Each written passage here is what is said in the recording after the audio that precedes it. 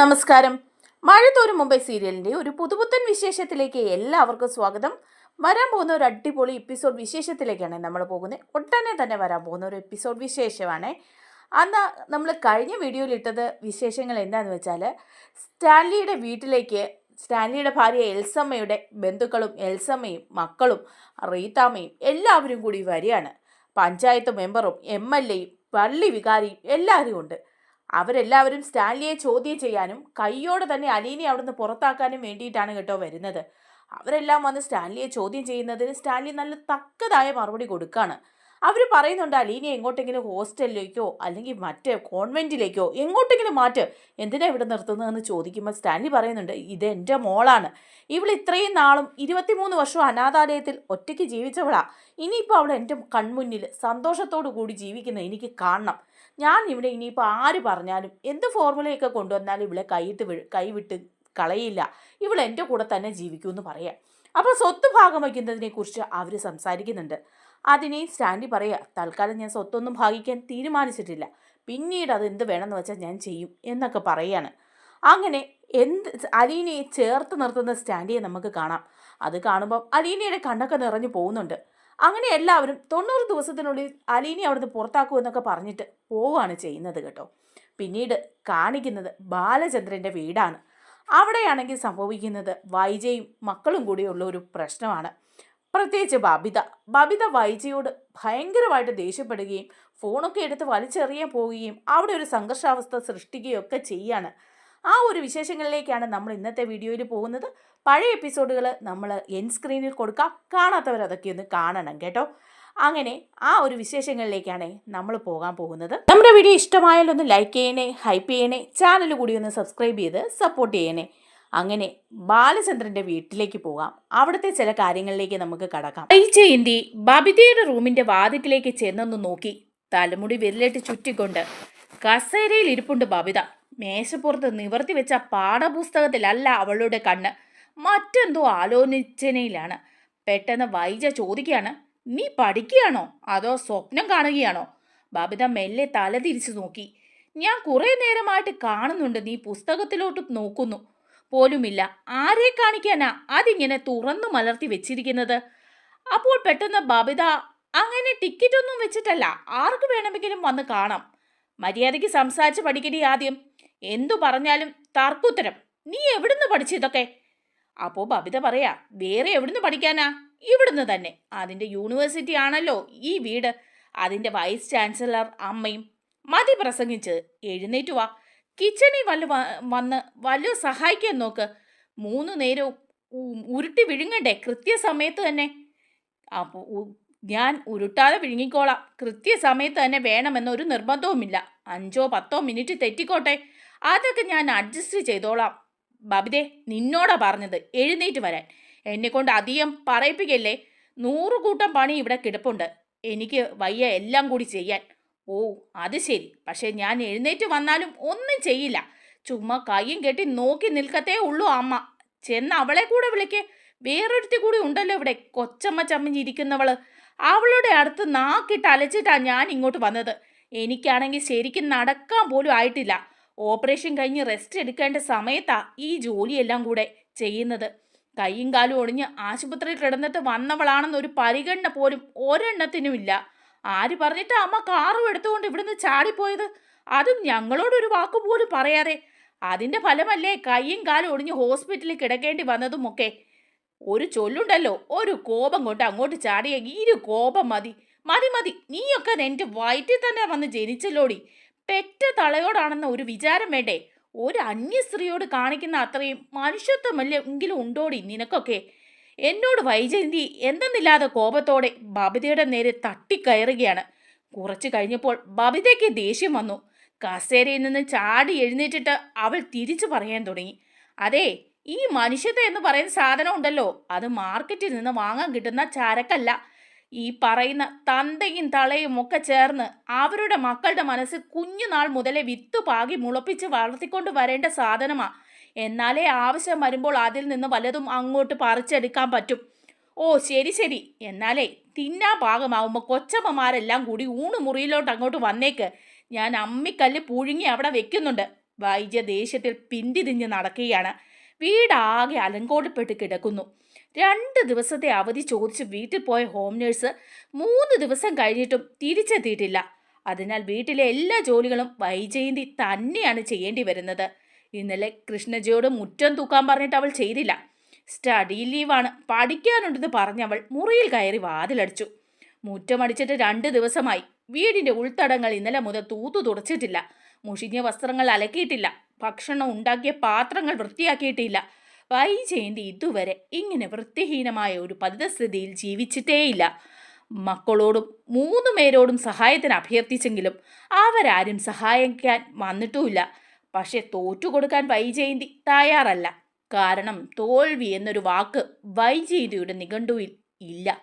അടുത്ത ആഴ്ച മുതൽ കോളേജിൽ പോയി തുടങ്ങാമെന്നാണ് വൈജയന്തിയുടെ കണക്കുകൂട്ടൽ. സമ്മർ വെക്കേഷൻ തുടങ്ങുന്നതിന് മുമ്പ് ഹാജർ വെക്കണം. ഇല്ലെങ്കിൽ വെക്കേഷൻ സാലറി കിട്ടാതെ പോയേക്കാം. വൈജയന്തിക്ക് ഇപ്പോൾ വൈകല്യമുണ്ടെന്ന് തോന്നാത്ത വിധം നടക്കുവാനും കഴിയുന്നുണ്ട്. ഉച്ചയൂണിന്റെ സമയമായപ്പോഴേക്കും വൈജയന്തി ചോറും കറിയും ഉണ്ടാക്കി. രോഹിത്തിനെ ഹോട്ടലിൽ പറഞ്ഞയച്ച് മീൻ കറി കൂടി വാങ്ങിപ്പിച്ചു. ഊണ് വിളമ്പിക്കൊണ്ടിരിക്കുക വൈജയന്തി ആരോടൊന്നില്ലാതെ പറയുകയാണ്, ഇന്നും കൂടി ഞാൻ ഇങ്ങനെയൊക്കെ തരും. നാളെ മുതൽ അവരവർ വേണമെങ്കിൽ വെച്ച് കഴിച്ചോണം. അപ്പോൾ രോഹിത്ത്, അതെന്താ അങ്ങനെ? എനിക്ക് വയ്യ, അത്ര തന്നെ. ഈ ഇല എടുത്ത് മറച്ചു വെക്കാൻ കഴിയില്ല ഒരൊറ്റ എണ്ണത്തിന്. നാളെ മുതൽ അവരവരുടെ ഡ്രസ്സ് അവരവർ തന്നെ വാഷ് ചെയ്ത് അയൺ ചെയ്തോണം. അതുപോലെ തന്നെ മുറ്റവും മുറിയും എല്ലാം തനിയെ ക്ലീൻ ചെയ്യണം. ഈ അമ്മ എന്ന് പറയുന്ന സാധനം മക്കളുടെ വേലക്കാരിയല്ല. അതെല്ലാവരും മനസ്സിലാക്കിയാൽ അത്രയും നല്ലത്. അത് കേട്ടപ്പോഴേക്കും മൂക്കത്ത് വിരൽ വെച്ചുകൊണ്ട് രോഹിത് ചോദിക്കുകയാണ്, നാണമാകുന്നില്ലേ അമ്മയ്ക്ക് ഞങ്ങളുടെ മുഖത്ത് നോക്കി ഇങ്ങനെയൊക്കെ പറയാൻ? അമ്മ വന്നപ്പോൾ ഈ വീട്ടിലെ ജോലികളെല്ലാം ഞങ്ങൾ 3 പേരും കൂടി കൃത്യമായിട്ട് ചെയ്തുകൊണ്ടിരുന്നതല്ലേ? ആരാ അതൊക്കെ നിർത്തലാക്കിയത്? മുറ്റമടിക്കുന്നതും ഡ്രസ് വാഷ് ചെയ്യുന്നതും വീട് തൂത്തു തുടയ്ക്കുന്നതും പ്ലേറ്റ് കഴുകുന്നതും ഭക്ഷണം ഉണ്ടാക്കുന്നതും എല്ലാം അമ്മ തന്നെയല്ലേ വിലക്കിയത്? ആ, നിങ്ങൾക്ക് പഠിക്കാൻ അത്രയും കൂടി സമയം കിട്ടട്ടെ എന്ന് കരുതിയാണ് ഞാൻ അങ്ങനെയൊക്കെ ചെയ്തത്. മാത്രവുമല്ല ഇവിടെ ഒരു ജോലിക്കാരി ഉണ്ടല്ലോ എന്നും വിചാരിച്ചു. പെട്ടെന്ന് ബബിത എടുത്തടിച്ചതുപോലെ ചോദിക്കുകയാണ്, മുഖത്ത് നോക്കി തന്നെ അമ്മ ഇങ്ങനെ കള്ളം പറയല്ലേ? അമ്മേ, അലീല ചേച്ചിയോടുള്ള ദേഷ്യം തീർക്കാൻ വേണ്ടിയായിരുന്നു അതെല്ലാം എന്ന് ഞങ്ങൾക്കെല്ലാം അപ്പോഴേ മനസ്സിലായതാ. പിന്നെ അമ്മയെ ശുശ്രൂഷിക്കാൻ നിന്ന ഹോം നേഴ്സിനും ഓരോ ഐറ്റത്തിനും പ്രത്യേകം പേയ്മെൻറ്റ് കൊടുത്താണ് അമ്മ ഓരോ ജോലിയും ചെയ്യിപ്പിച്ചതെന്നും ഞങ്ങൾക്കറിയാം. ആഹാ, അങ്ങനെയാണെങ്കിൽ ഇപ്പോൾ എന്താടി തെറ്റ്? ഒരിക്കലും ഒരു ജോലി ചെയ്യേണ്ട എന്ന് പറഞ്ഞാൽ പിന്നെ ഒരു കാലത്തും ചെയ്യേണ്ട എന്നാണോ അതിൻ്റെ അർത്ഥം? അമ്മ ഞങ്ങളുടെ ടൈം ടേബിൾ മുഴുവൻ തകർത്തു. ഇവിടെ ഒരു യൂണിറ്റി ഉണ്ടായിരുന്നു, അമ്മ അത് വന്ന് കയറിയപ്പോൾ തന്നെ നശിപ്പിച്ചു. രോഹിത്തിൻ്റെ ഈ പരിഭവം പറച്ചിൽ കേട്ടുകൊണ്ട് വീണ്ടും വൈജയന്തി ആഞ്ഞടിക്കുകയാണ്. സ്വന്തം അമ്മയെ കൂടാതെ ഒരു യൂണിറ്റിയും ഈ വീട്ടിൽ ആർക്കും വേണ്ട. 2 ദിവസം കൂടി ഞാൻ നോക്കും അവൾ വരുമോ ഇല്ലയോ എന്ന്. ഇല്ലെങ്കിൽ ഞാൻ വേറെ ജോലിക്കാരിയെ വെക്കും. നിന്റെ ഒന്നും ഒരു സഹായവും എനിക്ക് വേണ്ട. വൈജയന്തി ഇന്നേ വരെ ഒരു കാര്യത്തിനും ആരുടെയും കാല് പിടിച്ചിട്ടില്ല, ഇനി അങ്ങനെ പിടിക്കാൻ ഉദ്ദേശിക്കുന്നുമില്ല. ഇത് പറഞ്ഞിട്ട് അവൾ ജഗ്ഗിൽ ചെന്ന് ചൂടുവെള്ളം എടുത്ത് ഗ്ലാസ്സിലേക്ക് പാർന്നതിന് ശേഷം കഴിക്കുവാനിരുന്നു. അപ്പോൾ ബബിത വൈജയന്തിയുടെ മുഖത്തേക്കൊന്ന് നോക്കിയിട്ട് രോഹിത്തിനോട് ചോദിക്കുകയാണ്, അലീന ചേച്ചി കഴിഞ്ഞ ദിവസം വിളിച്ചായിരുന്നോ? ഇന്നലെ വിളിച്ചില്ല, മിനിങ്ങാന്ന് വിളിച്ചു. രോഹിയേട്ടൻ എൻ്റെ ഫോണൊന്ന് റിപ്പയർ ചെയ്ത് കൊടുക്കണേ. അതിനെന്തോ കുഴപ്പമുണ്ട്, ചിലപ്പോൾ മിസ് കോൾ കാണും, പക്ഷെ റിങ് ചെയ്യത്തില്ല. നിനക്ക് അലീന ചേച്ചിയെ വിളിക്കണമെങ്കിൽ എൻ്റെ ഫോണിൽ നിന്ന് വിളിക്കരുതോ? ഇത്രയും കേട്ടപ്പോഴേക്കും വീണ്ടും വൈജയന്തി പൊട്ടിത്തെറിക്കുകയാണ്. നിങ്ങൾക്കാർക്കും വേറെ ഒന്നും പറയാനില്ല ഇവിടെ? അവളുടെ പേര് പോലും ഈ വീട്ടിൽ ഉച്ചരിക്കരുതെന്ന് ഞാൻ കഴിഞ്ഞ ദിവസമേ പറഞ്ഞതാ. തുടർന്ന് വൈജയന്തി കഴിക്കുവാൻ തുടങ്ങുമ്പോഴേക്കും ഫോൺ ബെല്ലടിച്ചു. വൈജയന്തി ഫോൺ അറ്റൻഡ് ചെയ്യാൻ എഴുന്നേറ്റ് പോയി. പെട്ടെന്ന് തന്നെ തിരിച്ചെത്തുകയും ചെയ്തു. അപ്പോൾ കൃഷ്ണ തിരക്കുകയാണ്, ആരായിരുന്നു അമ്മേ അത്? റോങ് നമ്പർ ആയിരുന്നു. വീണ്ടും ഫോൺ ബെല്ലടിച്ചു. ഇക്കുറിയും വൈജയന്തി തന്നെ ചെന്ന് ഫോൺ എടുത്തു. എന്നിട്ട് ദേഷ്യത്തോടെ പറയുകയാണ്, റോങ് നമ്പർ ആണെന്ന് പറഞ്ഞത് കേട്ടില്ലേ? ഫോൺ വെച്ചിട്ട് അവർ വീണ്ടും ഊണുമേശയുടെ അരികിലേക്ക് എത്തിയതും പിന്നെയും ബെല്ലടിക്കുവാൻ തുടങ്ങി. ബബിതയാണ് എഴുന്നേറ്റത്. അമ്മ ഇവിടെ ഇരുന്ന് ഞാൻ പോയി ഫോൺ എടുത്തോളാം. വൈജയന്തി പറഞ്ഞു, വേണ്ട. വീണ്ടും തിരിച്ചു നടന്നു. കഴിഞ്ഞ് ബബിതയും പുറകെ ചെന്നു. വൈജയന്തി തിടുക്കപ്പെട്ട ഫോൺ എടുത്ത് സംസാരിക്കാൻ അവൾ ശ്രദ്ധിച്ചുമില്ല. പുറത്ത് പോയിരിക്കുകയാണ്, അറിയില്ല. പുറത്തു പോയി. ഇവിടെ ഞാൻ ഒറ്റയ്ക്കേ ഉള്ളൂ. ഓക്കെ. ഇത്രയും പറഞ്ഞ് വീണ്ടും വൈജയന്തി റിസീവർ താഴെ വെച്ചു. പാതി നിന്ന ബബിത സംശയത്തോടെ അമ്മയെ നോക്കി. എന്നിട്ട് വീണ്ടും ചോദിക്കുകയാണ്, ആരായിരുന്നു അമ്മേ അത്? ബാലേട്ടൻ്റെ ഒരു ഫ്രണ്ടാ, ബാലേട്ടൻ ഇല്ലേ എന്ന് ചോദിച്ചു, പുറത്തു പോയി എന്ന് പറഞ്ഞു. അപ്പോൾ അമ്മ പറഞ്ഞത് അമ്മ മാത്രമേ ഉള്ളൂ വീട്ടിലെന്നല്ലേ? അപ്പോൾ ഞങ്ങളെ കൂടി അറിയാവുന്ന ഫ്രണ്ടായിരിക്കുമല്ലോ, ഞങ്ങൾക്ക് കൂടി പരിചയമുള്ള ആളായിരിക്കില്ലേ? നിനക്കെന്താ ബബിതേ, പോയിരുന്ന് ചോറ് തിന്നാൻ നോക്ക് പെണ്ണേ. 1 മിനിറ്റ്. ബബിത വേഗം നടന്നു ചെന്ന് ഫോണിൻ്റെ കോളർ ID നോക്കി. എന്നിട്ട് വൈജയന്തിയുടെ നേർക്ക് തിരിഞ്ഞു. അലീന ചേച്ചിയായിരുന്നു വിളിച്ചതല്ലേ? അപ്പോൾ മകളെ വെല്ലുന്ന ഭാവത്തോടു കൂടി വൈജയന്തി ചോദിക്കുകയാണ്, ആണെങ്കിൽ എന്താ അമ്മ എന്തിനാ കള്ളം പറഞ്ഞത്? അമ്മ പറഞ്ഞല്ലോ റോങ് നമ്പർ ആണെന്ന്. വഴക്കുണ്ടാക്കുവാൻ പോവുകയാണെന്ന് രോഹിത്തിന് മനസ്സിലായി. വൈജയന്തിയും വിട്ടുകൊടുക്കുന്നില്ല. അവർ പറയുകയാണ്, ഞാൻ അങ്ങനെ പലതും പറയും, എൻ്റെ മക്കൾ ഞാൻ പറയുന്നത് അനുസരിച്ചാൽ മാത്രം മതി. വൈജയന്തിയുടെ സ്വരം കടുത്തു. ബബിതയാണെങ്കിൽ വിട്ടുകൊടുക്കാനുള്ള ഭാവമില്ല. അവൾ ചോദിക്കുകയാണ്, അല്ല അലീന ചേച്ചി ആരെയാണ് അന്വേഷിച്ചത്? നിന്നെ തന്നെയാടി. എനിക്ക് മനസ്സിലായിരുന്നു. ഫോൺ തരാൻ എൻ്റെ ഫോണിൽ അങ്ങനെ ഒരുത്തിയും ഇങ്ങോട്ട് വിളിച്ച് സൊല്ലണ്ട. ഞാനാ ഈ ഇതിന് വാടക കൊടുക്കുന്നത്. ബബിതയ്ക്ക് ആകെ അരിശം കയറി. അവൾ പറയുകയാണ്, അമ്മയുടെ അല്ല അച്ഛൻ്റെ ഫോണാ ഇത്. അവൾ ചെന്ന് റിസീവർ എടുത്ത് ഇൻകമിംഗ് കോൾ നമ്പർ പ്രസ് ചെയ്യുവാൻ തുടങ്ങി. ബബിതേ, ഫോൺ അവിടെ വയ്ക്ക്. ഇല്ല വെക്കില്ല.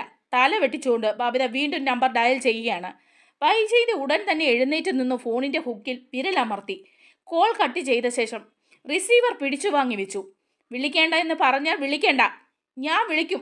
അമ്മയ്ക്ക് എന്താണ്? ബബിത വീണ്ടും റിസീവർ കവർന്നെടുത്തു. ആഹാ, അങ്ങനെയാണെങ്കിൽ അതൊന്നും കാണണമല്ലോ. ചെകിടടിച്ച് ഞാൻ പൊട്ടിക്കും. നിനക്ക് തൻ്റെ ഇടം ഉണ്ടെങ്കിൽ നീ ഒന്ന് വിളിച്ചു നോക്ക്. ബബിതയുടെ കണ്ണ് കലങ്ങി. അവൾ കയ്യിലിരുന്ന റിസീവർ മേശപ്പുറത്ത് ആഞ്ഞടിച്ചു. അത് പൊട്ടിയില്ല എന്ന് കണ്ടപ്പോൾ നിലത്തേക്ക് ആഞ്ഞെറിഞ്ഞു. റിസീവർ 2-3 കഷ്ണങ്ങളാക്കി ചിതറിച്ചു കളഞ്ഞു. ഇതിന് ശേഷം ആ നിമിഷം തന്നെ വൈജയന്തി കൈ വലിച്ച് ബബിതയുടെ കവളത്ത് തന്നെ ഒരൊറ്റ പൊട്ടിയിട്ട് നൽകി. ബബിത ഉടനെ ഫോണിൻ്റെ ടേബിൾ സെറ്റും കൂടി എടുത്ത് നിലത്തടിച്ച ശേഷം പറയുകയാണ്, ആരെയും വിളിക്കാൻ പറ്റില്ലെങ്കിൽ പിന്നെ എന്തിനാ ഈ കുന്തം ഇവിടെ വെച്ചിരിക്കുന്നത്? വേണ്ട, ഇനി ഈ വീട്ടിൽ ഈ സാധനം ആവശ്യമില്ല. ഇത്രയും പറഞ്ഞിട്ട് അവൾ ആ ടേബിൾ സെറ്റ് കുനിഞ്ഞങ്ങ് ഭിത്തിയിലേക്ക് വീണ്ടും എടുത്ത് നിലത്താഞ്ഞു. എന്നിട്ട് ടെലിഫോൺ പൊട്ടിയമർന്ന പല കഷ്ണങ്ങളായി. എന്നിട്ട് കലി അടങ്ങാതെ അവൾ പൊട്ടിയ കഷ്ണങ്ങൾ പെറുക്കി വീണ്ടും വീണ്ടും തലങ്ങും വിലങ്ങും എറിഞ്ഞുകൊണ്ടിരുന്നു. ഒടുവിൽ വൈജയന്തിയുടെ മുൻപിലേക്ക് നീങ്ങി നിന്നു കൊടുത്തു. പറയുകയാണ്, അടിക്ക്. എന്താ അടിക്കാത്തത്? അടിക്കാനല്ലേ പറഞ്ഞത്? ഈ സമയത്ത് മുറ്റത്ത് കാറിൻ്റെ ഇരമ്പൽ കേട്ടു. അച്ഛൻ വന്നെന്ന് രോഹിത്തിന് മനസ്സിലായി. അവൻ എഴുന്നേറ്റ് ബബിതയുടെ സമീപം ചെന്നു. പിന്നാലെ കൃഷ്ണജിയും എത്തി. ബബിത രോഹിത് അവളുടെ തോളിൽ പിടിച്ച് സമാധാനിപ്പിക്കുവാൻ ശ്രമിച്ചു. വേണ്ട രോഹിത. പെട്ടെന്ന് ബബിത രോഹിത്തിൻ്റെ കൈ തട്ടി മാറ്റിയിട്ട് കുതറി മാറി. അവളുടെ താടിയും ചുണ്ടുകളും ആ സമയത്ത് വിറകൊള്ളുന്നുണ്ടായിരുന്നു. ബാലചന്ദ്രമേനോൻ അകത്തേക്ക് കയറി വന്നു. ഇരിപ്പ് മുറിയിലെ രംഗം കണ്ടിട്ട് അയാൾ ഒരു നിമിഷം അമ്പരന്ന് നിന്നു. എന്നിട്ട് ചോദിക്കുകയാണ്, എന്താ രോഹിത്തെ ഇത്? ഒന്നുമില്ല അച്ഛാ. പെട്ടെന്ന് വൈജയന്തി കലിയോടുകൂടി നിലത്തേക്ക് കൈ ചൂണ്ടിക്കൊണ്ട് പറയുകയാണ്, കണ്ടില്ലേ മോളുടെ പേക്കൂത്ത്? ഫോൺ അടിച്ചു തകർത്തിരിക്കുകയാണ്. അവൾക്ക് വന്നൊരു കോള് കൊടുക്കാതിരുന്നതിന്. അപ്പോൾ രോഹിത്ത്, അലീന ചേച്ചി വിളിച്ചായിരുന്നു അച്ഛാ. അലീന ചേച്ചി വിളിച്ചപ്പോൾ അമ്മ ഫോൺ കൊടുത്തില്ല. അതുകൊണ്ട് ഫോൺ തല്ലിപ്പൊട്ടിക്കാമെന്നോ? വൈജയന്തി രോഹിത്തിനോട് കയർക്കുകയാണ്. ഇങ്ങനെയാണോ ഈ വീട്ടിൽ? എനിക്കതറിയണം. എൻ്റെ മക്കളെ ശിക്ഷിക്കാനും ശാസിക്കാനും അധികാരം എനിക്കുണ്ടോ ഇല്ലയോ എന്ന് ബാലേട്ടൻ പറ. ഇന്ന് ഫോൺ തല്ലിപ്പൊടിച്ചവൾ നാളെ എൻ്റെ തല തല്ലിപ്പൊടിക്കാനും മടിക്കില്ലല്ലോ. ബാലചന്ദ്രമേനൻ ബബിതയുടെ മുഖത്തേക്ക് ഒന്ന് നോക്കി. എന്നിട്ട് ചോദിക്കുകയാണ്, എന്താണ് ഇതൊക്കെ? നീയാണോ ഈ ഫോൺ തല്ലിപ്പൊടിച്ചത്? അതേച്ചാ, ഞാൻ തന്നെയാണ്. ഒരെണ്ണം കൂടി ഇവിടെ ഉണ്ടായിരുന്നെങ്കിൽ അതും കൂടി ഞാൻ പൊട്ടിച്ചേനെ. നീ പൊട്ടിക്കൂ. ബാലചന്ദ്രമേനോന് ദേഷ്യം വന്നു. ഉടനെ രോഹിത് പറയാണ്, അച്ഛൻ ഇതിൽ ഇടപെടേണ്ട. ഇത് ഞങ്ങൾ തീർത്തോളാം. അത് പോരല്ലോ, എനിക്കറിയണ്ടേ? അറിയണമെങ്കിൽ അച്ഛനും അമ്മയും കൂടി അങ്ങോട്ടടങ്ങണം. മാറി നിന്ന് ഡിസ്കസ് ചെയ്ത് ഞങ്ങൾ പോവാം. രോഹിത് ബബിതയുടെ കയ്യിൽ കടന്നു പിടിച്ച് അവൾ അല്പം വിസമ്മതം കാട്ടിയെങ്കിലും രോഹിത് അല്പം ബലം പ്രയോഗിച്ച് അവളെ പിടിച്ചു നടത്തിക്കൊണ്ട് പോയി. റൂമിൽ എത്തിയ ശേഷം അവളെ കിടക്കയിൽ പിടിച്ചിരുത്തി. റിലാക്സ്, നീ ഇത്തിരി നേരം ഇവിടെ കിടക്ക്. ഇത് പറഞ്ഞിട്ട് അവൻ അവളുടെ തോളത്ത് പിടിച്ച് കട്ടിലേക്ക് കിടത്തി. ബബിത കിതപ്പോട് ചരിഞ്ഞു കിടക്കുകയാണ്. അനിയന്ത്രിതമായി പൊട്ടിത്തെറിക്കലിന് ശേഷം അവൾ ശാരീരികമായും മാനസികമായും ക്ഷീണിതയായിരിക്കുമെന്നും അത്തരം സന്ദർഭങ്ങളിൽ അവളോട് എങ്ങനെ പെരുമാറണമെന്നും അലീന അവന് പറഞ്ഞു കൊടുത്തിരിക്കുകയായിരുന്നു. രോഹിത് അവളുടെ തലയിലും നെറ്റിയിലും മൃദുവായി തലോടിക്കൊണ്ടേയിരുന്നു. ക്രമേണ ബബിതയുടെ കിതപ്പടങ്ങി. അലീന ചേച്ചിയോട് സംസാരിക്കണം. നിനക്ക് ഞാൻ വിളിച്ചു തരാം. വേണ്ട രോഹിയേട്ടാ. അല്ലെങ്കിൽ നീ തന്നെ വിളിച്ചോ. ഇതാ ഫോൺ, ഞാൻ തന്നേക്കാം. അവൻ പോക്കറ്റിൽ നിന്നും സെൽഫോൺ എടുത്ത് നീട്ടി. എന്നിട്ട് വേണ്ട, അവൾ കൈ തട്ടി മാറ്റി. ഓക്കെ, വേണ്ടെങ്കിൽ വേണ്ട. രോഹിത് എഴുന്നേറ്റ് പോയി. ഒരു മഗ്ഗിൽ വെള്ളം പിടിച്ചുകൊണ്ടുവന്ന് അവളുടെ വലത് കൈ പിടിച്ച് അതിൽ മുക്കി കഴുകി മഗ്ഗുമായി അവൻ തിരിച്ചുപോയി. ഈ ദിവസം മുഴുവനും അവൾ വിഷാദാവസ്ഥയിലായിരിക്കുമെന്ന് അവന് മനസ്സിലായി. വൈകുന്നേരം 4 മണിയോടെ മണിശങ്കർ എത്തിച്ചേർന്നപ്പോൾ കുടുംബാന്തരീക്ഷം അല്പം ഊഷ്മളമായി. മണിശങ്കർ എല്ലാവരുടെയും അടുത്ത് ചെന്ന് ക്ഷേമാന്വേഷണം നടത്തി. വൈജയന്തിയോട് ചോദിച്ചു, ഈ വീടിന് എന്തു പറ്റി? ആൻറ്റി, ഇത്രയും വൃത്തികേടായിട്ട് ഈ വീട് ഇതുവരെയും കിടക്കുന്നത് ഞാൻ കണ്ടിട്ടില്ലല്ലോ. അത് പിന്നെ ജോലിക്കാരി ഇവിടെ ഇല്ല. ഹോം നേഴ്സ് വീട്ടിൽ പോയിട്ട് ഇതുവരെ തിരിച്ചെത്തിയിട്ടില്ല. അല്ല, മുമ്പ് വന്നപ്പോഴൊക്കെ എന്തൊരു നീറ്റ്നെസ് ആയിരുന്നു. വേണ്ടാത്ത ഒരു സാധനം ഒരിടത്തും കാണാറില്ലായിരുന്നു. നല്ല പ്രകാശമുള്ള ഒരു വീട്ടിലേക്ക് കടന്നു വരുന്നത് പോലെയായിരുന്നു ഇങ്ങോട്ട് എത്തുമ്പോൾ. പെട്ടെന്ന് വൈജയന്തി അർത്ഥം വെച്ചുകൊണ്ട് പറയുകയാണ്, ഇവിടെ ഉണ്ടായിരുന്ന വെളിച്ചം അങ്ങ് പോയില്ലേ?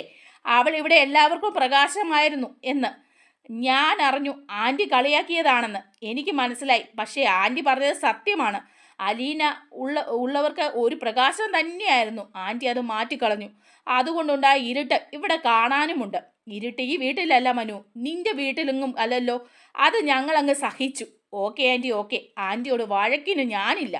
തുടർന്ന് മുറിയിൽ നിന്നും ഇറങ്ങിപ്പോയ മണിശങ്കർ രോഹിത്തിനെ കണ്ട് സംസാരിച്ചു. അലീനെ വിളിക്കാറുണ്ടോ? നിന്നെ മിക്ക ദിവസവും വിളിക്കാറുണ്ട്. അവൾക്ക് അവിടെ സുഖമാണോടാ? രോഹിത്ത് മനുവിനെ ഒന്ന് പാളി നോക്കിയിട്ട് ചോദിക്കുകയാണ്. ഓഹോ, മനുവേട്ടൻ്റെ ചോദ്യം കേട്ടാൽ ഒന്നും അറിയില്ലാത്തതുപോലെയാണല്ലോ. എടാ, നീ വിചാരിക്കുന്നത് പോലെ അവൾ എന്നെ പതിവായിട്ടൊന്നും വിളിക്കാറില്ല. വല്ലപ്പോഴും 1-2 മിനിറ്റ്. അങ്ങനെയാണെങ്കിൽ മനുവേട്ടൻ അങ്ങോട്ടങ്ങ് വിളിച്ചുകൂടെ? എന്താ, നമ്മൾ ആണുങ്ങളല്ലേടാ, അങ്ങോട്ട് കൂടെ വിളിച്ചാൽ നമുക്കൊരു വില ഉണ്ടാവുമോ? ഉടനെ രോഹിത് ചോദിക്കുകയാണ്. മനുവേട്ടൻ അറിയോ അലീന ചേച്ചി ശരിക്കും എവിടെയാണെന്ന്? മണിശങ്കർ പെട്ടെന്ന് അപകടം മണത്തു. എങ്കിലും അവൻ പറയുകയാണ്, കുളത്തുപുഴയിൽ. കുളത്തുപുഴയിലാണെന്നറിയാം. കുളത്തുപുഴയിൽ എവിടെയാണെന്നാ ഞാൻ ചോദിച്ചത്. അതേക്കുറിച്ച് എനിക്കൊരു പിടിയില്ല. മനുവേട്ടൻ ഇതുവരെ ചോദിച്ചിട്ടില്ലേ? നിനക്ക് ചോദിക്കാമായിരുന്നില്ലേ? ഞാൻ ചോദിച്ചപ്പോൾ ടെലിഫോൺ ഓപ്പറേറ്റർ ആണെന്നോ റബ്ബർ കമ്പനിയിലാണെന്നോ അങ്ങനെ എന്തൊക്കെയോ പറഞ്ഞു. നമുക്കറിയാലോ അലീന ചേച്ചിക്ക് കള്ളം പറയാൻ അറിഞ്ഞുകൂടെന്ന്. എനിക്കും തോന്നി അവൾ പറഞ്ഞത് കള്ളമാണെന്ന്. നിനക്ക് അങ്കിളിനോട് ചോദിച്ചുകൂടായിരുന്നോ? ചോദിക്കണം. മനുവേട്ടനോട് ചോദിച്ചിട്ടാകാമെന്ന് കരുതിയിരിക്കുകയായിരുന്നു. എന്തൊക്കെയോ കള്ളത്തരങ്ങളുണ്ട് മനുവേട്ടാ. അലീന ചേച്ചി എന്തിനാ ജോലി ചെയ്യുന്നിടത്തെ അഡ്രസ്സ് മറച്ചു വെക്കുന്നത്? അതിൻ്റെ ആവശ്യമില്ലല്ലോ. അച്ഛനും അത് മറച്ചു വെക്കേണ്ട ആവശ്യമില്ല. പിന്നെ അലീന ചേച്ചി എന്തെങ്കിലും ഒളിച്ചു വെച്ചിട്ടുണ്ടെങ്കിൽ മറ്റൊരു മുഖം കാണിക്കുന്ന പ്രകൃതക്കാരിയാണെന്ന് എനിക്ക് തോന്നിയിട്ടുമില്ല. എടാ, അതൊരു പക്ഷേ അവളുടെ സുരക്ഷയ്ക്ക് വേണ്ടിയാണെങ്കിലോ, ആരും അങ്ങോട്ട് ചെന്ന് ശല്യപ്പെടുത്താതിരിക്കാൻ വേണ്ടിയാണെങ്കിലോ? VIP ഒന്നും അല്ലല്ലോ മനുവേട്ടാ. ബ്ലാക്ക് ക്യാറ്റിൻ്റെ ക്യാബിനിൽ കഴിയാൻ അലീന ചേച്ചി ഇവിടെ താമസിച്ചപ്പോൾ സംഭവിക്കുമായിരുന്നതിൻ്റെ 10-1 അപകടം പോലും മറ്റൊരു സ്ഥലത്ത് ഉണ്ടാകാൻ പോകുന്നില്ല. അവിടെ ആരും പോയി അങ്ങോട്ട് ഉപദ്രവിക്കില്ല. ഒളിവിൽ കഴിയേണ്ട യാതൊരു ആവശ്യവും അലീന ചേച്ചിക്കില്ല. ആ വാക്കുകൾക്ക് മറുപടി ഇല്ലായിരുന്നു മനുശങ്കറിന്. രോഹിത് ബുദ്ധിമാനാണെന്ന് അവന് നന്നായിട്ടറിയാം. അവനെ കബളിപ്പിക്കാൻ പറ്റില്ല. നീ സമാധാനപ്പെടാം. നമുക്ക് അന്വേഷിച്ച് കണ്ടുപിടിക്കാടാ. അതൊക്കെ പോട്ടെ, ഇവിടുത്തെ വിശേഷങ്ങൾ എന്തൊക്കെയാണ്? പറ, ബബിതയ്ക്ക് എന്താ പ്രോബ്ലം? അവള് എന്നെ കണ്ടിട്ട് മൈൻഡ് ചെയ്തു പോലുമില്ല. അപ്പോൾ രോഹിത് അമ്മയും മകളും തമ്മിലുണ്ടായ വഴക്കിനെ പറ്റി മനുശങ്കറിനോട് പറഞ്ഞു. മനുശങ്കർ ബബിതയുടെ മുറിയിലെത്തി. അവൾ ചുമരിലേക്ക് ചാരി കാലുകൾ നീട്ടി കിടക്കയിൽ വെറുതെ ഇരിപ്പുണ്ടായിരുന്നു. നിന്റെ ഫോണിന് എന്ത് പറ്റിയടി? അറിയില്ല, അത് വർക്ക് ചെയ്യുന്നില്ലേ? ഇൻകമിംഗ് കോൾ ഒന്നും അതിൽ കിട്ടുന്നില്ല. ഞാനിപ്പോൾ വന്നത് എന്തിനാണെന്ന് നിനക്കറിയാമോ? ഇല്ല, അലീന പറഞ്ഞിട്ടാ. അതിന് ഞാനെന്ത് വേണം? നിന്നെ വന്ന് കാണണമെന്ന് അവൾ എന്നെ നിർബന്ധിച്ചു. എന്നിട്ട് അങ്ങനെ ചോദിച്ചാൽ എനിക്കറിയില്ല. നിന്റെ അടുത്ത് വരണം, നിനക്ക് എന്തെങ്കിലും വിഷമം ഉണ്ടോ എന്ന് ചോദിക്കണം എന്നൊക്കെ പറഞ്ഞു. മറ്റാരെ പറ്റി അവൾ ഒന്നും പറഞ്ഞില്ല. ഞാനാണല്ലോ ഈ വീട്ടിലെ കുഴപ്പക്കാരിയല്ലേ? എടി, അതൊക്കെ നിന്റെ തോന്നലാ.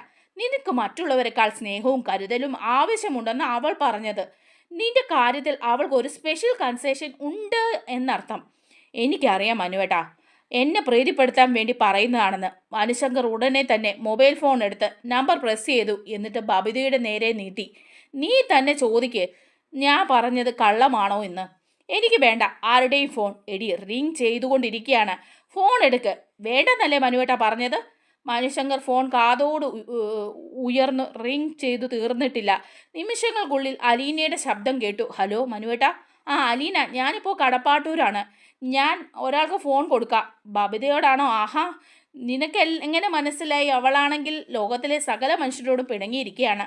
അപ്പോൾ അലീന പറഞ്ഞു, ഞാൻ ഹോൾഡ് ചെയ്യണോ മനുവേട്ട? മനുശങ്കർ പറഞ്ഞു, വേണ്ടെന്ന അർത്ഥത്തിൽ തല ചിരിച്ചു. എന്നിട്ട് ബബിതയോട്, ഇത് പിടിക്ക്, ചുമ്മാ കൊഞ്ചല്ലേ. വയസ്സ് 18 ആയി, ഇപ്പോഴും കുഞ്ഞുമായിട്ട് നടക്കുക. അപ്പോഴേക്കും ബബിത ഫോൺ വാങ്ങി ഗൗരവത്തോടെ ഒരു ഹലോ എന്ന് സ്നേഹലോലമായ വിളിവെച്ച് കേട്ടതും ബബിതയുടെ കണ്ണുകൾ നിറഞ്ഞു. അവൾ ഫോണുമായി കട്ടിൽ നിന്നും എഴുന്നേറ്റു. അത് കണ്ട് മനുശങ്കർ പറഞ്ഞു, അവിടെ ഇന്ന് സംസാരിച്ചോടി, ഞാൻ അങ്കിളിനെ കണ്ട് വരാം. മനുശങ്കർ എഴുന്നേറ്റ് അവിടെ നിന്ന് പുറത്തേക്ക് പോയി. അങ്ങനെ അലീന ബബിതയെ ഉപദേശിച്ചു കൊണ്ടിരിക്കുകയാണ് കേട്ടോ. ബബിതയുടെ മനസ്സിലെ വിഷമങ്ങൾ മാറ്റാനുള്ള കാര്യങ്ങളൊക്കെ അലീന ഫോണിലൂടെ പറഞ്ഞു കൊടുക്കുന്നുണ്ട്. നമ്മുടെ വീഡിയോ ഇഷ്ടമായെങ്കിൽ ഒന്ന് ലൈക്ക് ചെയ്യണേ, ഹൈപ്പ് ചെയ്യണേ, ചാനൽ കൂടി ഒന്ന് സബ്സ്ക്രൈബ് ചെയ്ത് സപ്പോർട്ട് ചെയ്യണേ. താങ്ക്